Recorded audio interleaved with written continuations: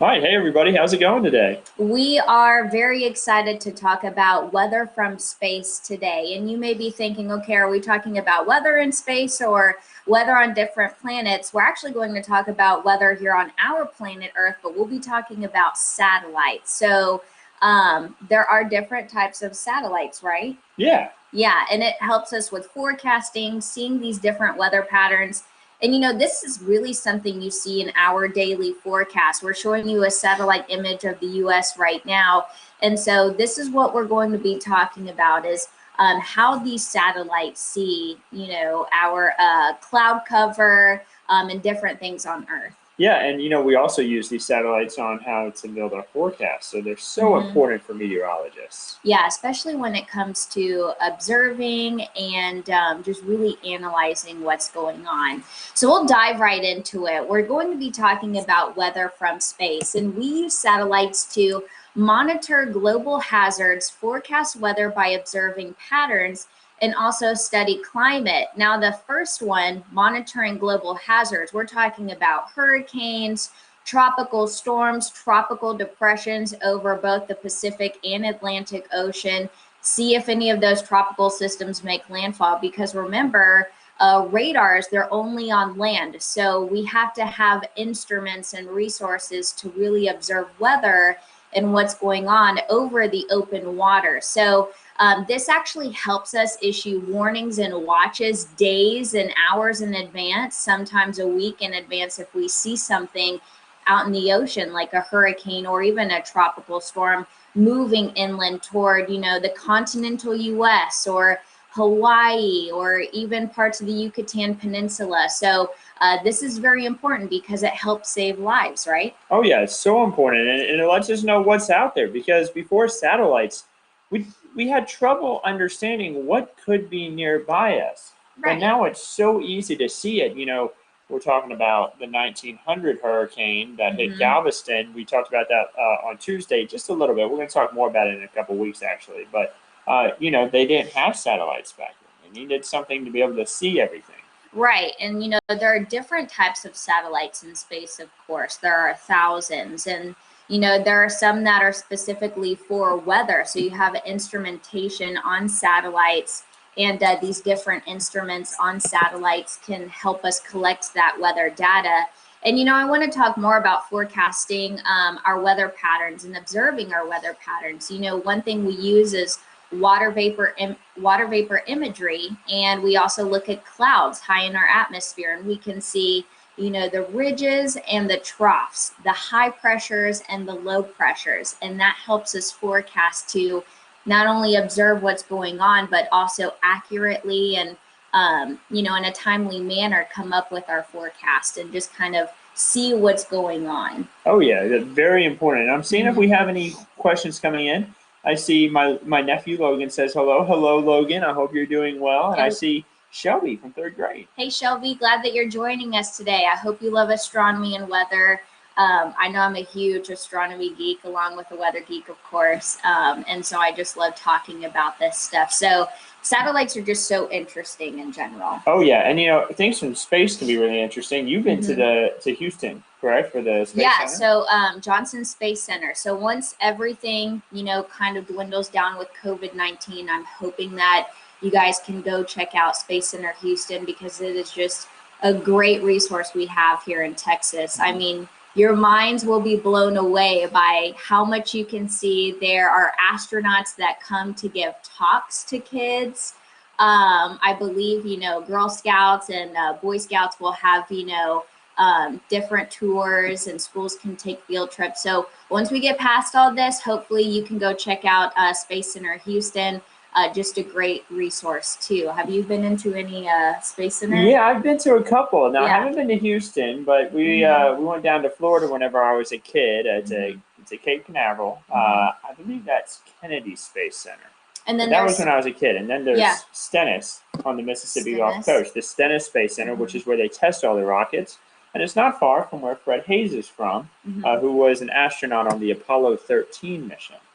So. And then we also have Rocket City, meaning Huntsville, Alabama. Right, Rocket So I've City been there. in Huntsville. A lot of cool things to see. Yeah, in person. lots of things with space scattered across the U.S., including right here, of course, in the Lone Star State of Texas. Right. So if you're just now joining us, we use satellites to monitor global hazards, forecast weather by observing patterns. We'll go ahead and take our little camera off so you can see that we study climate. So when we study climate, we look at temperature data. So some satellites provide temperature data of our oceans and also our land. So when we collect all these images over time, we kind of make this loop to see temperature data over time. So that's what we mean when we are studying climate. So there are two types of weather satellites, and we'll be covering a few in this live interactive weather classroom. So feel free to ask any questions about these two, but we're first going to cover polar orbiting. There's nothing tricky about this one because polar orbiting, basically, it's all in the name. These satellites orbit from pole to pole. So it's kind of this north-south orbit. And then you also have geostationary. Now this one right over the equator. So think of one going kind of vertical over the earth, which is polar orbiting, and geostationary, more horizontal. Yeah, and they both kind of work in that kind of different way. One is gathering information around the world every single time it makes a pass. One is just constantly looking at the same spot on the Earth, like the geostationary compared to the polar. Right, so geostationary, you're talking about looking at a smaller area. So when you're looking at a smaller area, think of a severe thunderstorm warning. Think of Hurricane Harvey, for example, right over Houston, impacting the Texas coastline. Hurricane Katrina, these type of things, that's kind of like what a smaller area would be. So let's dive into orbiting. So you can see it goes from pole to pole. And polar orbiting observes the same spot on Earth twice daily, once during the day and once at night. Yeah, and you see that path. Remember that it's over the middle of the Earth, but you're swing over the top and then the bottom, the top and then the bottom, that is where our poles are. Remember the North Pole, up where Santa Claus lives, and then the South Pole down in Antarctica. That's where, and South Pole where the live. That's how the satellite goes around the Earth. Question here: how many satellites do we have in space from Paisley? The answer is a lot. Yes. I believe it's over 2,000. We've lost connection. I think.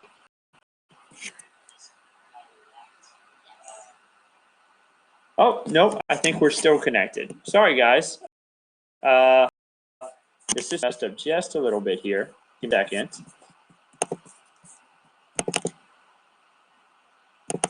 Our computer had frozen for a second. So the answer is a lot, Paisley.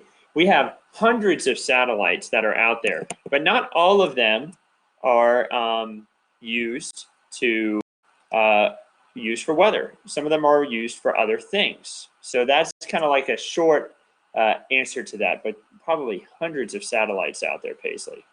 Right, so let's go ahead and talk more about polar orbiting. So I talked about how we would have a few examples of this. One would be the JPSS, and this stands for Joint Polar Satellite System. It crosses the equator 14 times daily, and it has a full global coverage twice a day. This is a great tool for forecasting weather. So it also stems back to, in our first slide, we talked about global hazards, talking about tropical meteorology. So think of all of these are little puzzle pieces: hurricanes, severe thunderstorms. Satellites really help us cover these puzzle pieces. So this is just a great tool for forecasting weather. We observe hurricanes, and when we observe hurricanes out into the ocean, we're allowed to, issue those watches days, sometimes a week in advance, and also hours in advance. So this is just an incredible tool. And the JPSS satellite is just a great weather satellite that orbits from pole to pole. So it has that north to south orbit over the planet Earth. Stacy says, are there people on satellites? The International Space Station has people on it, and I believe that's the only satellite we have anybody on. And the International Space Station always up there going around the Earth. And sometimes at night, you have a dark evening overhead. You can look up and you can even see the International Space Station.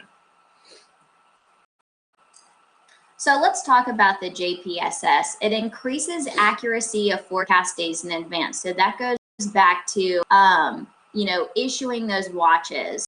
So like a tropical stretch watch, so that's when it becomes useful, and it helps us forecasters issue warnings earlier. So when you see us on KINS 5 giving, you know, a forecast talking about, you know, let's even say an upper level low pressure system off the West Coast, and it's headed our way, and that's going to bring us rain again.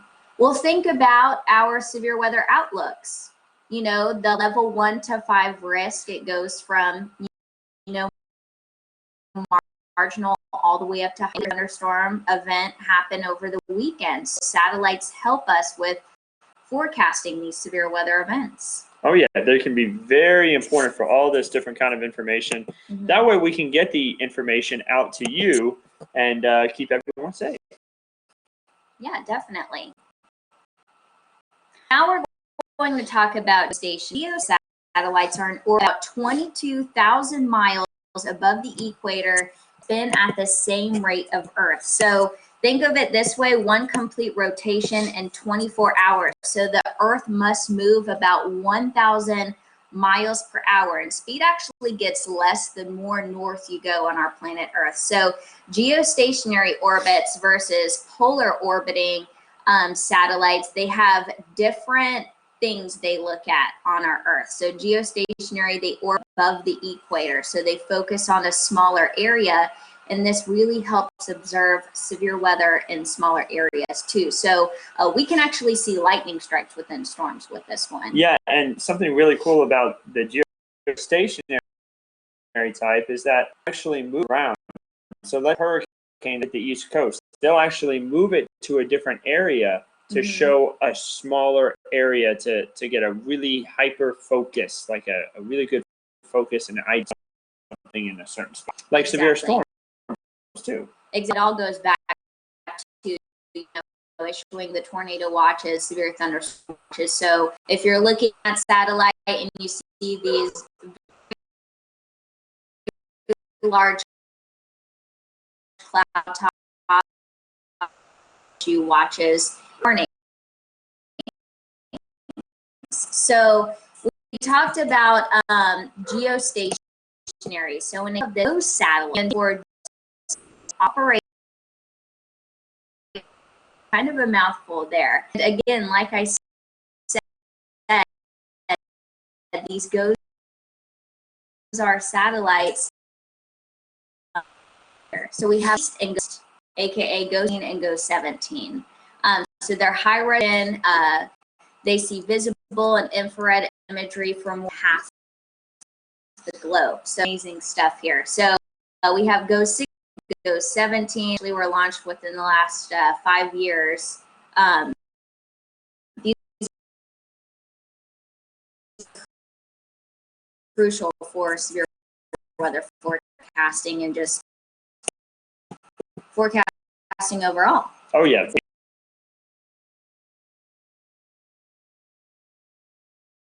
Across, whether they're polar or even just stationary.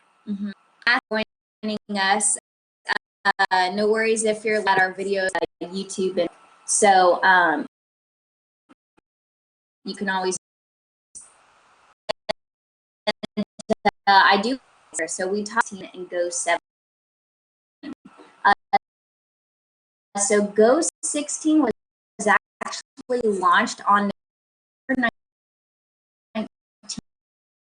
19th, 2020, and GOES 13. Like I said, these were launched within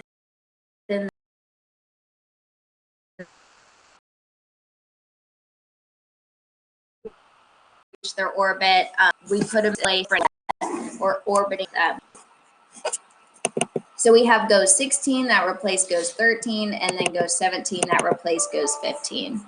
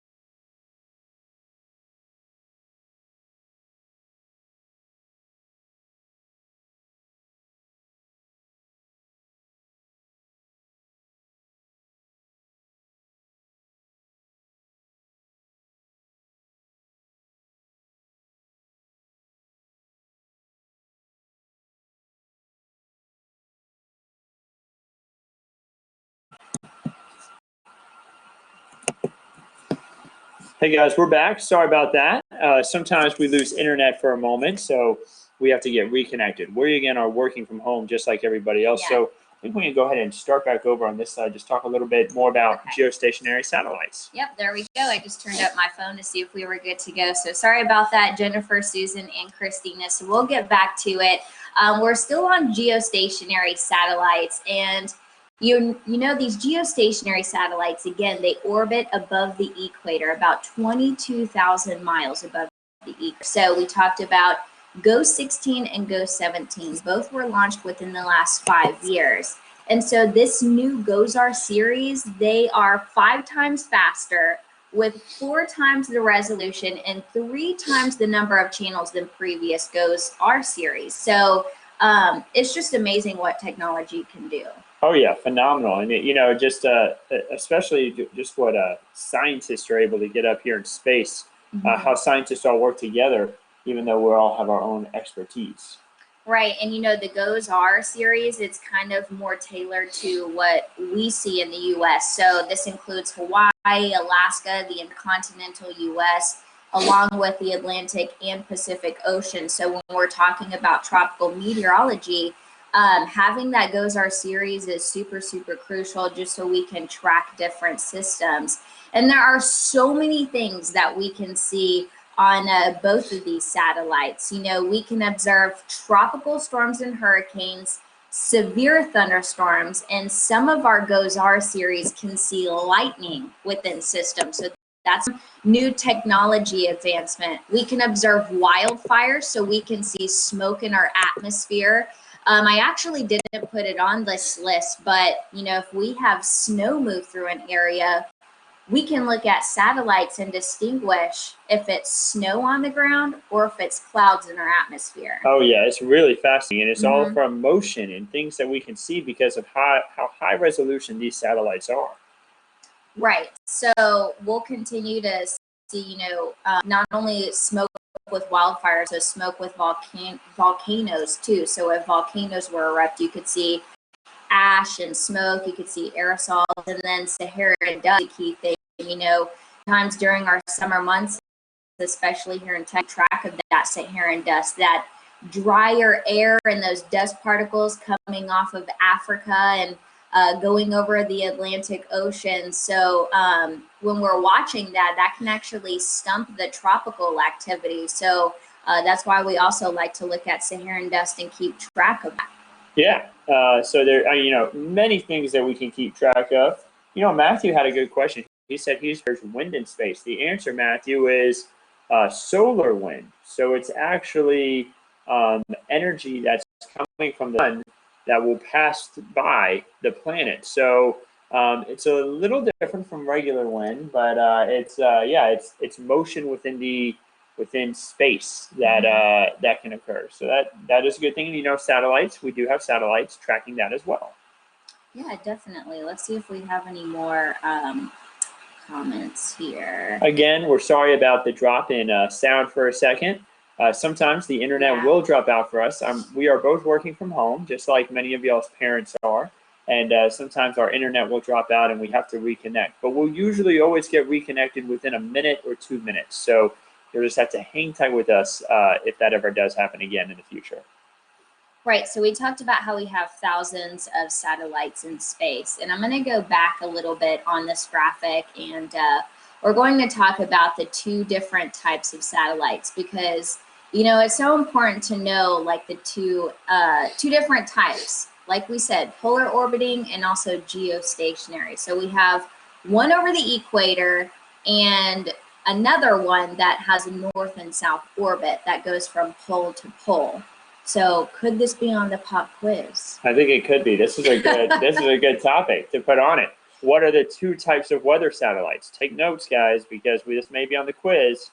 Right. And so know the difference between polar orbiting and also geostationary. How does it indicate tornadoes? Well, the answer to that is going to be how we see rotation.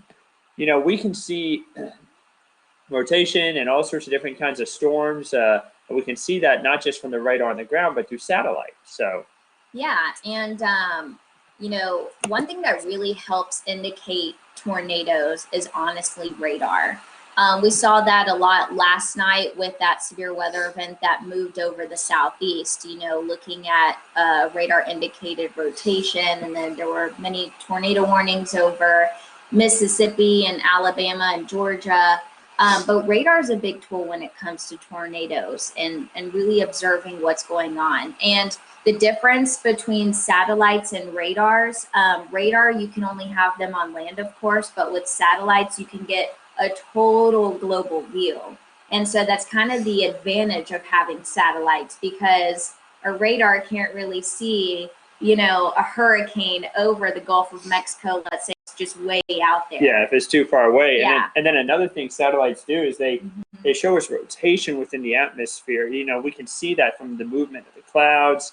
We can get an idea of different things. So that's another way satellites can help us. They can't necessarily help us see a tornado while it's happening, but they can help us see rotation area, or we call it helicity. So that can help us see. Big weather word. Yeah, big weather word. They can help us see the clouds and different motions. Yeah. And it gives us an idea on what could be happening down there. And something that's really cool, and I looked at this over the weekend, and it was wind shear. You know, if satellites, if you're looking at these strong thunderstorms starting to build and build, and you get this cauliflower shape, if you see that cloud just kind of go off in the atmosphere, that's showing the wind shear that's over our environment. So you can see, I mean, very, very micro things in our atmosphere on satellite. It's just amazing. So you can see the wind, you know, the fast wind high in our atmosphere, just kind of push it into another county.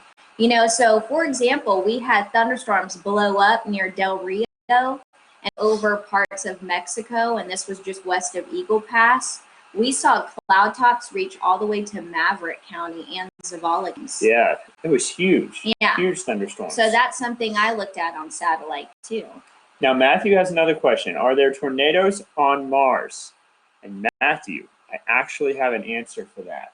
So my buddy Bryce, who works for the National Weather Service, we went to college together, and his master's, his topic was talking about dust devils on Mars. So not necessarily tornadoes. How cool was but that? Dust devils. Yeah. And I didn't get to see much into his math study, but he, you know, there are dust devils that have been found on Mars. So not necessarily tornadoes. Dust devils are a little different, but just kind of fascinating things. So there's your fun fact for your Monday. Yeah. Nice. That's so cool.